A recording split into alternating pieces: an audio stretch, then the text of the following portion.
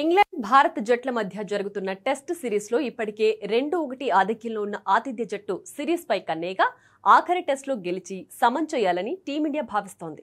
Lord's match నుంచి ఆటగాళ్ల మధ్య మొదలైన లడాయి మాంచెస్టర్లో ముందస్తు డ్రా వివాదం వరకు వెళ్లింది. ఇక ఓవెల్లో ఈసారి మాత్రం పిచ్ క్యూరేటర్ ఫోర్టిస్ అగ్గిని రాజేశాడు. అతడి ద్వంద్వ వైఖరే ఇప్పుడు భారత క్రికెట్ అభిమానులకు తీవ్ర ఆగ్రహం తెప్పించింది. పిచ్చుకు దూరంగా ఉండి చూడాలంటూ భారత కోచింగ్ బృందానికి ఓవల్ మైదానం సిబ్బంది చెప్పారు. ఈ విషయంలో క్యూరేటర్ లీ ఫోర్టిస్, భారత ప్రధాన కోచ్ గౌతమ్ గంభీర్ల మధ్య తీవ్ర వాగ్వాదం జరిగింది. కానీ ఇప్పుడు సోషల్ మీడియాలో తీవ్ర చర్చకు దారితీసేందుకు ప్రధాన కారణం ఇదే. భారత ప్రధాన కోచ్తో అలా వ్యవహరించిన ఫోర్టిస్ తన జట్టు కోచ్తో మాత్రం విభిన్నంగా ప్రవర్తించాడు. టీమిండియా సిబ్బందిని పిచ్కు 2.5 మీటర్ల దూరం నుంచి చూడాలని చెప్పిన అతడు మాత్రం మెక్కల్లంతో కలిసి పిచ్ పైనే సంభాషించడం ఇప్పుడు భారత అభిమానులకు తీవ్ర ఆగ్రహాన్ని తెప్పించింది.